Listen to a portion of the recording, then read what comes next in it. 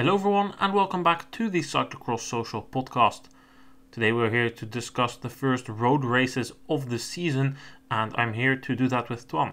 Welcome Twan, good to have you back on the podcast. Hello, thanks for having me. Well, we already said it, you took a break at the end of the cross season to prepare for the road season. It finally started properly with the Omloop het Nieuwsblad and Kuurne-Brussel-Kuurne, both for men and women this weekend. Couple of cyclocross riders participating, and we'll go through the performances of the most noticeable cyclocross riders. And of course, there's no way we can go around it. We have to start by talking about Wout van Aert. His story is known. He decided to skip the World Championship cyclocross and end the season with a Belgian title. He decided that that would be the best option for him to be as good as possible towards the Tour of Flanders and Paris-Roubaix. He's desperate to win one of those, but he already showed in the Omloop het Nieuwsblad that he was in very good form, didn't he, Twan? Yeah, I think he looked quite good. I do have to say that I think he isn't there yet, definitely. He's still building toward it, which, I mean, the main races are still in a month's time, so that's completely fine. But he raced a good race then when he went for the last time. For the Bosberg, I think everyone else kind of sleeping, managed to maintain the gap on the Bosberg and was able to ride it home. Maybe a little bit more motor assistance than is appropriate, but he was very strong indeed. Yeah, winning the Omloop het Nieuwsblad without having ridden a race before, very strong performance. I wasn't impressed, but at the same time, I didn't buy into his sandbagging stories before the race. He said, oh well, yes, of course, I always like to win Omloop, but my goal was later on in the season, which I do believe. But he was, in my opinion, downplaying it a bit, saying, oh well, I've just come off the altitude training camp on Teide in Tenerife and I won't be as good. But we all know that when you come off altitude training that you first have some compensation in the days after that, then have a bit of decompression, and then really your super compensation kicks in. The only thing I'm worried about is maybe that kicks in a bit too early, but he was certainly still in that compensation of just after the altitude camp when he doesn't have his decompression. So I think it was no surprise to see him win. It was maybe a bigger surprise the way how he did it. Did you think that he would try to ride away? Because I mean, out of the group he was in, he also is on paper the fastest in the sprint. Yeah, I think it just really depended on how he felt about everything and like how he has worked, of course, during his trainings. And personally, if when I saw Benoot attack, I was like, okay, this is just very strong team play. They know how they can win the race, and now they're just forcing other people to chase. And they always have Van Aert as a backup in the sprint, and he is the fastest in that group. I mean, he is probably even the fastest if we take the whole starting peloton to the finish line. But I think last year you saw it, especially like in a big sprint, a lot is dependent on positioning, and it's just something that if you can avoid it, you should, and you should try and thin the group out. I was surprised he worked that hard at doing it, but it all pays off in the end. Yeah, I think in general we've seen strong performances by the Jumbo-Visma team. Van Aert certainly surrounded a bit stronger than in previous years. Don't know how much influence that will pay off in the later races when we go towards E3 Harelbeke, Gent-Wevelgem, Ronde van Vlaanderen, Paris-Roubaix. Those races, it's not a given that Benoot, Van Hooijdonk, but also Laporte, who was strong today in Kuurne-Brussel-Kuurne, will be as good then. Expect a bit more from other teams then, but certainly it's a good boost of the morale for Van Aert. And as you said, if you can come in solo, you should do it because it's less riskier than if you go for a sprint. In a sprint, anything goes wrong, whilst if you have a big lead, then, well, it's just better. Also thought it was powerful that after the finish, he, in his post-race interview, decided to make a statement against the current war going on in Ukraine and Russia. Or, well, I have to say the invasion of Russia in Ukraine to clarify. So yeah, I thought that was powerful as well, and definitely a good start for the season for the Belgian champion, both on road and on cross. He also mentioned the fact that there was an attack of Benoot on the Leeberg. There were only 3 riders able to follow. His teammate, that was Wout van Aert, But then we come to one of the other cross riders. It was Tom Pidcock. He was able to follow that attack as well together with his teammate Narvaez. Of course, Sonny Colbrelli bridged later, but as he's not a cross rider, we'll focus on Tom Pidcock. What impression has Tom Pidcock made on you this openings weekend? Because Pidcock, unlike Van Aert, also participated in Kuurne-Brussels-Kuurne today. Yeah, I thought Pidcock rode good races. He was just maybe not like in the most winning way, but he was really entertaining throughout the races. And I think, especially at this point, of course, next week having Strade Bianche, for him it's important to feel good about what he was able to do. And I think he can take a good feeling away from this opening weekend. Just very strong. And I think in Kuurne-Brussels-Kuurne there was a little bit of a miscommunication. He seemed to be working on the lead out for Ineos, but in the end they don't have anyone in the top 20. So that's a little something. But all in all, I think it's all right. Yeah, I think he looked good. First, if I look at omloop, it was pretty good, or well, a good sign, I must say, that he was able to follow that attack of Benoot. Don't know if it was a matter that the other riders in the peloton couldn't follow at that moment or panicked and didn't know what to do, because you already said it, well, when Van Aert went, the rest was basically looking at each other. It kind of felt the same on the Leeberg, but I still have to say that it was a pretty impressive attack by Tiesj Benoot. Pidcock, as said, able to follow, made a good impression on me as well. I think it does show a bit in omloop that he is just better on the paved climbs and on the cobbled climbs.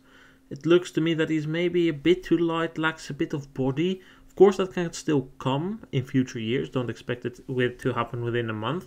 But yeah, it just looked to me, because on the Muur van Gerardsbergen he was pretty far and got passed by the slightly heavier guys. Pidcock also says that he feels himself he's a bit too light on the cobbles, so I think this just further confirms that theory, that on the paved climbs he's very good. Earlier, Pidcock raced Algarve, used that as a training race, and he said his goals are Strade Bianche with his gravel, so different again, and then his rest of the goals are further in the season, mainly the Ardennes Classics, Amstel Gold Race, but as well Flèche Wallonne and Liège-Bastogne-Liège, and I think he's definitely made a solid impression, and I think that for Pidcock, those races are really going to be where we are going to see him excel more than in the Tour of Flanders, which he's also racing. What do you think, Twan?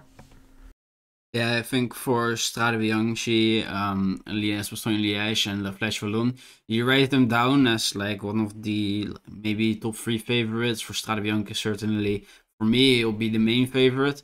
But I think in Ronde he can still do a very good job, but it's more of a like around the top 10 kind of favorites rather than all the way up there. Of course, he's an extremely talented rider, but as you said, just lacking that little bit of a body to do to compete with the very best in the field.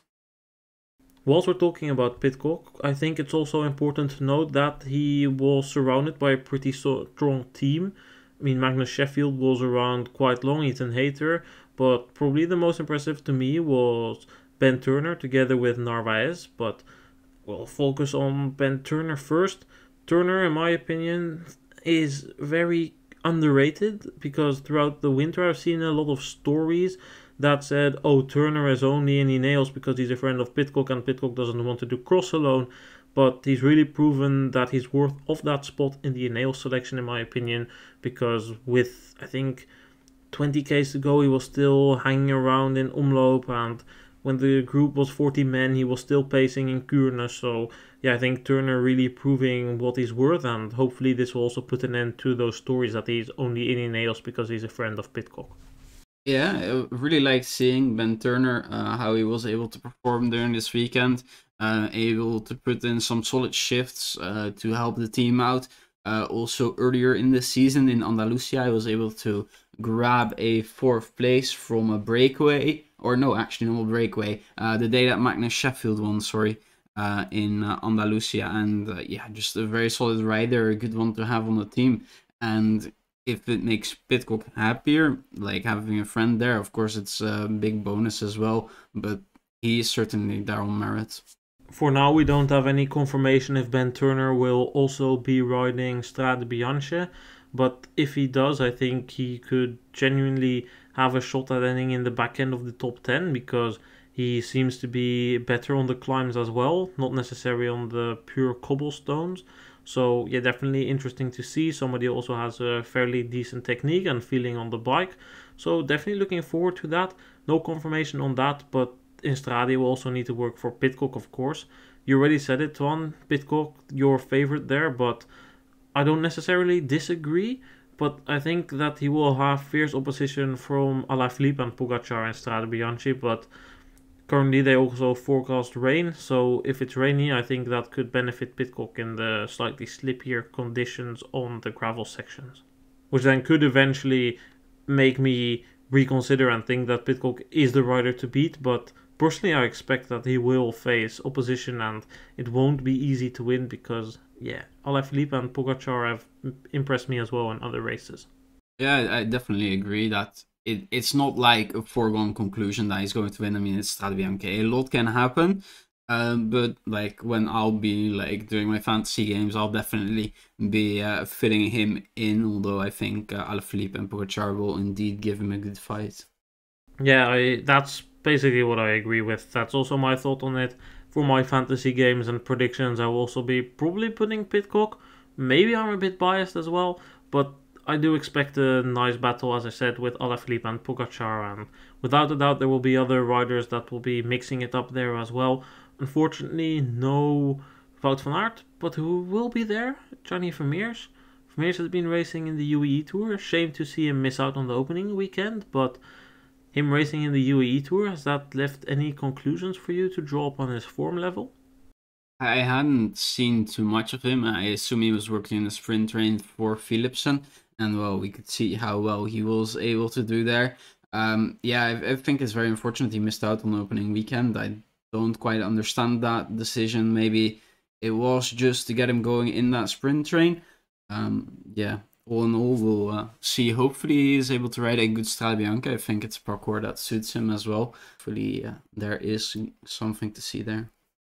Only thing I really saw from Vermeersch there was that he was in the break of the final stage. The stage went up the Jebel Hafid, of course nothing for Gianni Vermeersch, but he was actually the last survivor of the early breakaway. Not necessarily the best or biggest names in there in terms of climbing abilities, but still good to see. He was in there with Daryl Impey, for instance, so don't necessarily think that he is in a bad form. That's why he's left out of the squad for Omloop. I think it was maybe, as you said, just a shift of priorities as well as giving some other riders opportunities. I know they were having Gogol as a leader here and they were racing for Merlier today, so that's probably just what they based their decision on. But I'm interesting to see what he can do in Strade. Already mentioned his teammate Tim Merlier, also a cross rider. He raced in Kuurne-Brussels-Kuurne today. He was one of the favorites, but slightly disappointed. Do you think that based on the results earlier this season, we have to conclude that Merlier just isn't in form at the moment? Yeah, I think in Algarve we saw it at the first stage where Jacobsen basically had won the sprint before he had even before he even had to launch, because the lead out was that good. Tim Merlier had to bow out of that sprint. At that point, I think for me that signaled that he wasn't there in top shape, and there's still a lot of work to be done. I was happily surprised when he got over the hill zone in Kuurne, because it was quite tough, but he managed it, but unfortunately didn't quite have the support to position himself well in the final sprint, and I think a little bit disappointing of a result after what was a pretty good performance before. I did think that Merlier was sticking his nose a bit too much in the wind. He was riding in third wheel at some point in the chase. I would rather have seen him sit a bit in the middle of the pack, because he sat there for quite a while, and that does eventually just conserve more energy than if you just stay back in the peloton. So I think that's something that he could have done. I do also think that he didn't have a proper positioning lead out.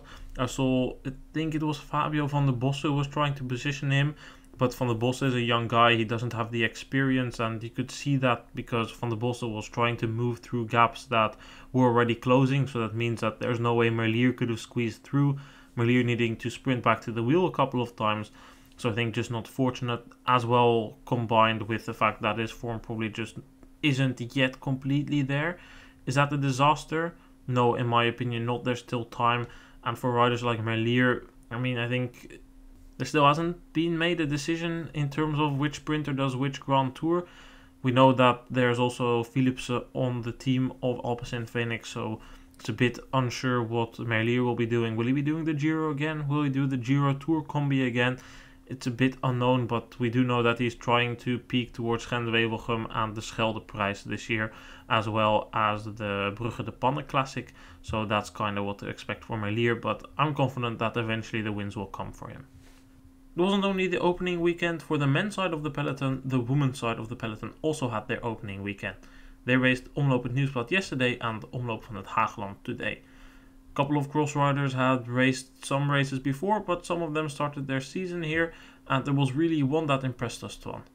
Yeah, it was in the second race that you mentioned. Shirin van Anrooij was able to make it into the front group that would fight it out for victory. But as we know from cross, Shirin van Anrooij not the quickest in a sprint. And with riders there like Bastianelli, Norsgaard and Cecchini, she was going to have to attack and come in solo to actually manage to claim the victory. But unfortunately she couldn't. It would be Bastianelli that took the victory out of Norsgaard. And Van Anrooij is still a very nice 5th place. I mean, certainly no shame for Van Anrooij to lose out in a sprint to riders like Bastianelli, Norsgaard. These are some of the best sprinters in the world. Maybe only Lorena Wiebes can be argued to be faster. She, on the hills and gravel sectors, was able to stay ahead of riders like Lotte Kopecky and other riders like, for instance, Chantal van den Broek-Blaak, who ended behind her. To be in such a group is just very impressive in my opinion, as well as what she did earlier this season. She raced the pre-season race in Santa Mita, Valencia, and she ended third in the youth classification there. Had a 20th place in the most decisive stage, that was the mountain stage there. Of course, 20th, 3 minutes down, but still impressive for such a young rider, under 23 European champion cross as well. So I'm excited to see what she can do. I know that from inside the peloton she's been tipped to have her breakthrough season this season, because they are really impressed by what she's showing and what she's been doing on training. So yeah, I definitely look forward to see what she can do, maybe as soon as next week in Strade Bianche. I mean, you never know. I think for Strade still the main moment will be Elisa Longo Borghini, but of course with the pregnancy of Lizzie Dynan, there is a bit more opportunity as well for Shirin van Anrooij. So far, some of her teammates have been in great form as well. Think of Balsamo and of Ellen van Dijk. So it'll be a very interesting season if she can add to that. As said, I look forward to Van Anrooij racing Strade, assuming that she goes. Brandt will also be starting her season there, and Brandt says she's going to be domestique. Very foreseeable that happens, due to the strength of the team, as you just said, Twan. Also noticed a couple of other cyclocross riders, Silvia Persico, the bronze medalist winner at the World Championships and the Italian champion cyclocross. She was in the second group of the Omloop het Nieuwsblad, which sprinted for 3rd place. Good to see another young rider able to stay in that group, well, relatively young, still only 24 years old, turning 25 this year. Yes, she only joined the group a bit later, but still think that it was decent. Saw on the broadcast today as well in het Haagland. Eventually ended a bit further down, 26, but I think that also has to do with the fact that Persico just isn't the most rapid in a sprint, because yeah, that's just the way it looks. But I think it was good to see her on the broadcast today for a while, as well as see her in that second group yesterday in the Omloop van het Haagland. Then 2 more news facts. First of all, the Omloop het Nieuwsblad yesterday finished in Nienhoven. Nienhoven, however, their deal with the Omloop het Nieuwsblad to host the finish is ending. They are thinking about not signing a new deal, which means the Omloop het Nieuwsblad would have a change of parcours. Why is this relevant for cyclocross followers? Well, Nienhoven wants to organize a cyclocross race instead. This was reported by Sporza today during the broadcast. Not a huge fan of this, but I can imagine that the Belgians are fan of that. Elisabeth, for instance, and Elisabeth, well, he didn't take rest after his cross season. As we discussed earlier, he was going to go mountain biking this weekend in Turkey. He went to Alanya yesterday in his first ever mountain bike race on UCI level. He ended third in the short track race, and today in the Olympic cross country, he also ended third. Both races were won by Joshua Dubois. Not broadcasted, so not really a lot to say for us about it, but definitely interesting, and we'll definitely hear more from him on the mountain bike when he does the World Cups in this summer. So we'll see then, and then we can really see what he can do on the mountain bike. Ton, thank you for being here to discuss the Cross Riders Racing the openings weekend. Thank you for having me on. Thank you for being here, and I thank everyone for listening once again. We will be back next week when we discuss the Strade Bianche, as that at the end of the day is the road race that comes closest to cross. It's basically cross, especially if it rains. So definitely looking forward to that one. Thanks everyone for listening. Goodbye.